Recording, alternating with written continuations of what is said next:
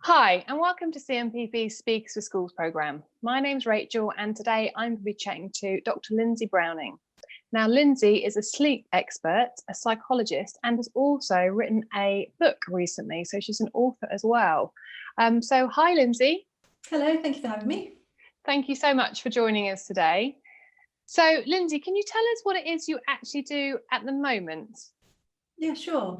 So I help people who have trouble sleeping. I work with individuals, so children and adults, and I also go into companies and work with the police, the NHS, to advise on healthier sleep and talking about shift work. And I also work with sort of sports people to make sure that they're improving their sleep so that they can improve their sort of sports performance as well. And is that for your own company then? Yes, yeah. So my company is called Trouble Sleeping, and that's what I do through that. Fantastic. And so can you tell us then, if we can go back to when you left school and how you got to where you are today, so about your career journey? Yeah, of course. So from school I did A-levels in physics, chemistry, maths and further maths, so it was very sciencey. And then I went to university and did a first degree in psychology at the University of Leicester, and I got a first class degree. And then I went into working for a little while because I wanted to do a doctorate, a PhD, but I didn't have enough money. I didn't want to get halfway through it and then not be able to finish it. So I went and got a job for a while. But then halfway through, like after half a year of doing that, I was training to be an accountant just to earn some money. I found out, or my old professor from Leicester told me about a scholarship at the University of Oxford. So he suggested that I go for this scholarship, and it was a 4-year program of doing a master's in neuroscience and a doctorate for 3 years, and it was paid. So I applied for that scholarship and I got it, which was amazing. Oh, and wow. I actually got it was a pay rise on being a trainee accountant, and they paid for the fees and living expenses for the period of my master's and then my doctorate. So it was amazing. Wow. That is, and how did you come about getting a scholarship or for something like that? How did that come about? What did you have to do? So it was from the Wellcome Trust. So the Wellcome Trust are GlaxoSmithKline Wellcome, sort of pharmaceutical company, and they have lots of these kinds of scholarships and things around. So it's an academic scholarship. So you just go for an interview process, and I hadn't heard about it, but it was just that my old professor from the University of Leicester knew about it. So it's about looking about what's out there. So I know that they still do it, and it's at UCL and the University of Oxford. They're the two programs that ran this. There are lots of other schemes around, so it's just really worth, because I didn't know about it, and I don't come from a rich family at all, from council house background, and money was a really big issue. So knowing that and looking at these kinds of scholarships is really worthwhile. And even going to university, there are scholarships that you can get at lots of universities as well, just sort of stipends and those kind of things. That's really, really useful to know. And so Oxford's obviously one of the best universities in the country. So amazing that you could do your master's there. So what was it like? Yeah, it was amazing. And actually, by the time I started doing my master's, I'd got married to my husband, who I've been with forever. So again, like not loads of people are married at university, I guess. But it didn't matter. It was great. But I didn't live in halls in Oxford. I lived, because I was married. We had a house, so I commuted to Oxford and did my master's. But it was still, it was just amazing place. The people were. It was just brilliant, absolutely brilliant. So I spent 4 years there. And the master's bit was, we did different projects. So I did one project looking at schizophrenia and looking at brain asymmetry. So looking at actual people's brains with schizophrenia and looking at, with a microscope, the neurons and the distribution of them, the shape of them, and looking at differences between people with schizophrenia and people without. And I also did a research project looking at spatial disparity, which is depth perception. So looking at that, which is fascinating, as well as doing a lot of learning about the brain itself. And then after the year master's, you got to choose what to do your doctorate in. But obviously it has to be in a field that the professors at the university are already researching. So I could have chosen from lots of different topics, but there was one particular professor doing sleep, and I thought, well, that's brilliant, because sleep's really interesting. I didn't have a sleeping problem, but I just find sleep really fascinating. So I thought I'd choose that project, and then I did my doctorate, which is the 3-year research about insomnia at the university, and then you write it up, and I could get you I'll show you in a minute. I'll go and find my thesis so you can see. But yeah, I did that, and by then, towards the end of it, I actually, because I was married, so about half a year-ish from the end, I got pregnant, and so I was writing up my thesis, and managed to hand in my doctoral thesis, when I was 8.5 months pregnant. Oh, so, wow. And again, you don't see a lot of pregnant people at Oxford, for sure, but No. then I had to do my viva with a 3-month-old baby. But yeah, it was great. I was really lucky to get that scholarship, and it was such an amazing experience to be there. It really was. So from the start of that to the end, from the university, the degree, and your master's, how long does that take usually? I mean, obviously yours might have been a bit different because you had a bit of a gap in the middle, but just to get a bit of an idea.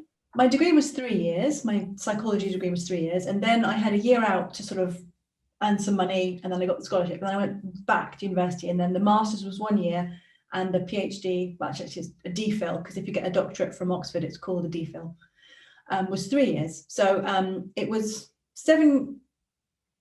8 years in total, but really 7 years of academia. So 3 years undergraduate degree, 1 year for the master's, and 3 years for the doctorate.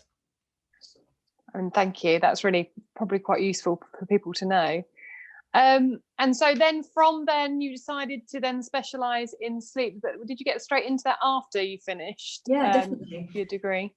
So when I was the doctorate. My doctorate, yeah. So when I was doing the doctorate and studying insomnia, and insomnia is when you have trouble falling asleep or staying asleep, and I graduated in 2006, and back then sleep, insomnia specifically, was not very common field. I mean, right now sleep is everywhere, which is amazing. Sleep is really mainstream, and people care about sleep, and there are lots of programs about sleep. But back then, sleep was really not even a thought, really. And there were so few people in the UK. There were 10 people in the UK at the time doing therapy for insomnia, which is nothing.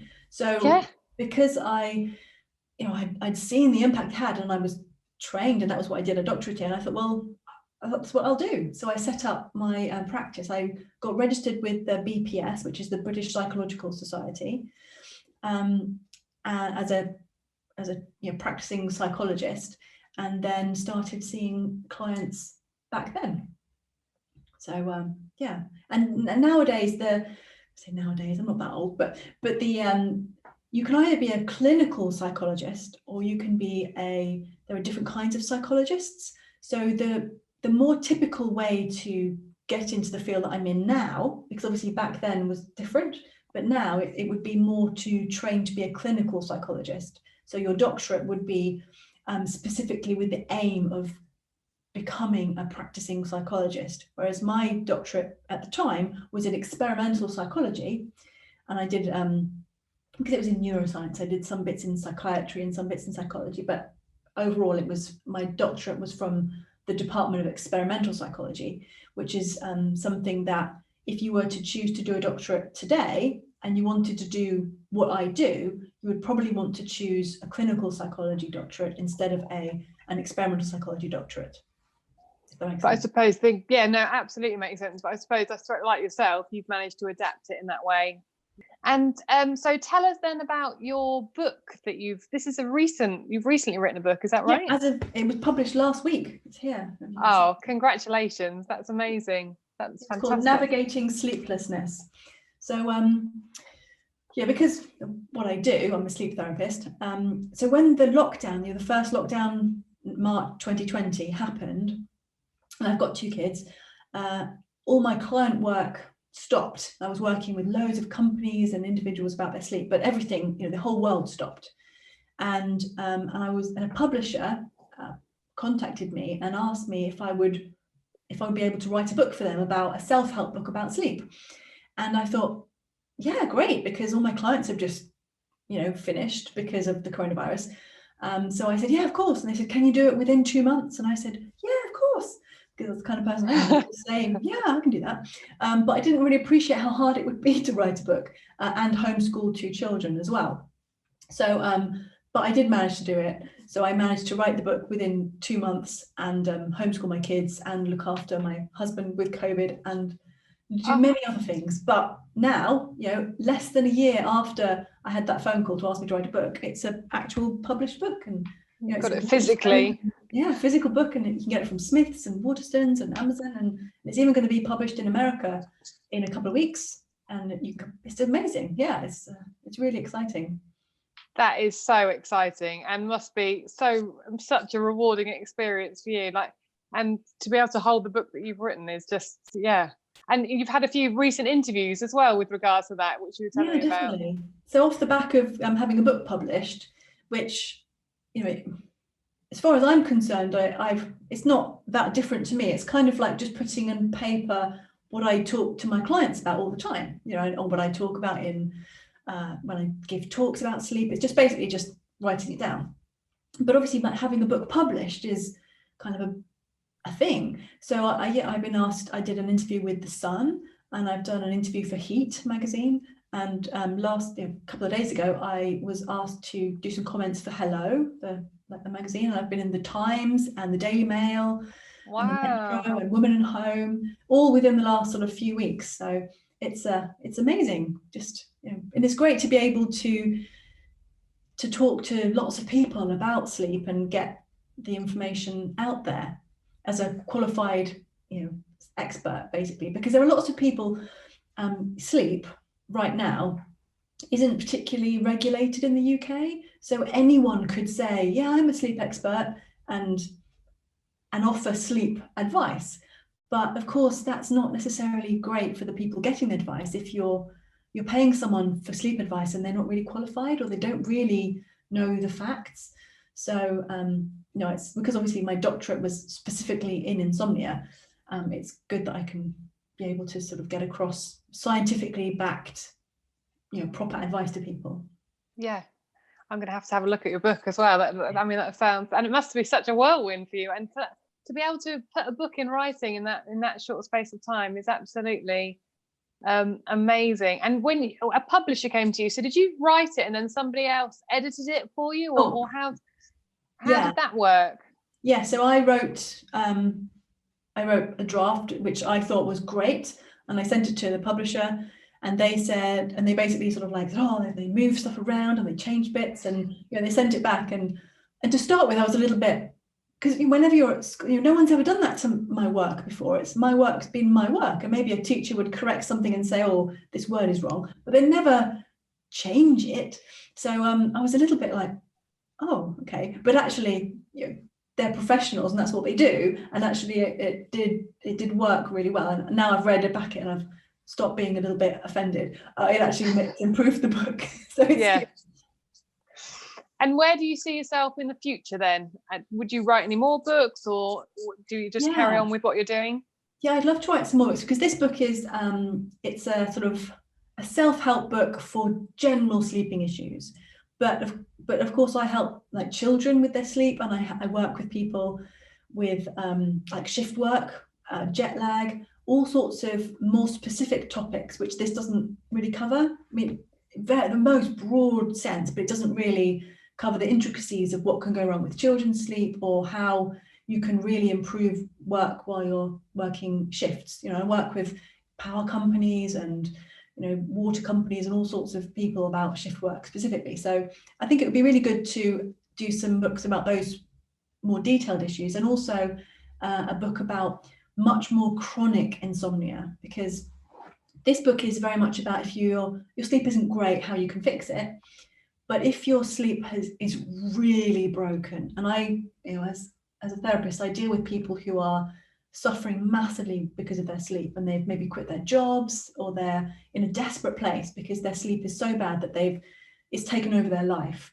And for those people, this kind of like lower level addressing your sleep. So basically no amount of good sleep hygiene is going to fix chronic insomnia. You need a much more severe intervention. So again, I could write a book that's much more aimed at real severe sleeping problems rather than just a general sleep book, which this is, which is good and helps most people, but just not those people whose sleep is really bad. It's really, really interesting. And yeah, I suppose I never really thought about sleep. I try and get my 8 hours a night and things like that, and I'm lucky enough not to suffer with that. But yes, to think that it takes over people's lives, and you can imagine how it would actually, when you have one bad night's sleep, how it can actually affect one day, whereas if it's a numerous amount of bad nights, one after the other. Yeah. So finally, do you have any advice for school age students who are sort of making their career choices at the moment? Yeah, absolutely. I would say that you don't have to choose a path right at the start, because when I went to university, I certainly didn't know I was going to end up being a sleep specialist. And you can always change things. That's really important. And in fact, I haven't mentioned thus far, but I actually went to university first of all to do physics. Like I said, my degree was my A-levels were in physics, maths, chemistry, further maths. But I realized that physics wasn't for me. And then I restarted and did psychology instead. So I was a year later. So it's a really important message that just because you might stress over making the wrong choice, and it doesn't end your life. I mean, I made the wrong choice and did physics to start with, and I made the wrong choice and didn't go straight into a master's. But actually, had I stuck with physics, I wouldn't be a successful sleep expert, and I'm really happy. So I would say make an informed choice and do what you think you'll like. And if you do find that it wasn't right and it wasn't for you, don't be scared of changing, because you can, and it's brave, but you can improve your life. Mistakes happen or choices get made, but it's much better to make a choice and realize it was the wrong one and make another choice than it is to never choose anything in the first place and be paralyzed by fear. And that's absolutely who makes you who you are, doesn't it, at the end of it? So yeah. And what about sleep advice for sort of school age students? Have you got any sort of sleep advice you might be able to give us? Sure. Well, one thing really interesting is that when we hit our teenage years, our circadian rhythm, which is our 24-hour clock, inside of us all, we have a 24-hour clock telling our bodies what time to go to bed, what time to wake up. And in teenagers, our circadian rhythm wants us to go to bed later and wake up later. We biologically change. And that's why people think that teenagers are lazy and they just sleep till midday. But actually, it's your biology. Your body is actually making you want to go to bed later and wake up later. Now, unfortunately, schools don't change. They don't let you go to school later and wake up, let you wake up later. So you have to fight that. So it's about, I think, understanding that you're naturally going to want to do that. So you have to fight it by making sure that you do regularly wake up. And even at the weekends, waking up earlier than you need to. Because if you let yourself sleep until midday at the weekend, then your circadian rhythm, your circadian clock will be moving really far forwards. And then when Monday morning comes and you have to get up for school, you'll find it really hard to shift back. So I would say getting up fairly regularly 7 days a week and getting lots of bright sunshine in the morning and lunchtime, which helps to stimulate your circadian rhythm to make you awake during the day, would be really helpful. And then trying to decide to go to bed, even if you don't feel sleepy, because if you keep going until 1 a.m. and then have to get up at 6, 7 for school, you're not going to be getting enough sleep. So you have to make that boring decision to actually stop doing what you're doing, even though you don't feel tired, and go to bed, because that's going to help you generally function much better in the day. It's just like eating 5 fruit and veg a day or getting your exercise. Those things are boring. No one wants to do those things, but we know that to be healthy, we need regular exercise and we need to choose to eat fruit and vegetables. We can't just eat McDonald's and cake and sit on the sofa watching Netflix all day, because we're not going to be healthy. So your sleep is like that. You need to make sure that you're giving yourself enough opportunity to sleep, and waking up at a fairly regular time and going to bed fairly regularly would be really helpful, even though it's boring. No, that's brilliant. Thank you so much for that. And it's really interesting about the sunlight as well, because you see the clocks that you can get, can't you, that gradually raise you with sunlight. Do they work? Is that Yeah, they do work, but they're also very, very expensive. And I'm not a Yeah. fan of spending money when you don't have to. What you can do is just open the curtains. That's free. Yeah. So, but yes, they do work. It's And if getting you've up got to money, open the curtains, isn't it? yeah, if you've got money to burn, then get one. That'd be great. But I certainly wouldn't recommend that you have to buy one, because you can just, set the alarm, wake up, open the curtains, get outside, get some fresh air, and that's free, and that'll be just as good for you. So when your mum comes in, like I do to my kids, and throws your curtains open, doing it for your own benefit. Absolutely, that's the best thing to do. It really is. Yeah. Thank you so much. Thank you for your time. It was really great talking to you. You've got such a fantastic story, and it's been really lovely. So thank you. Thank you.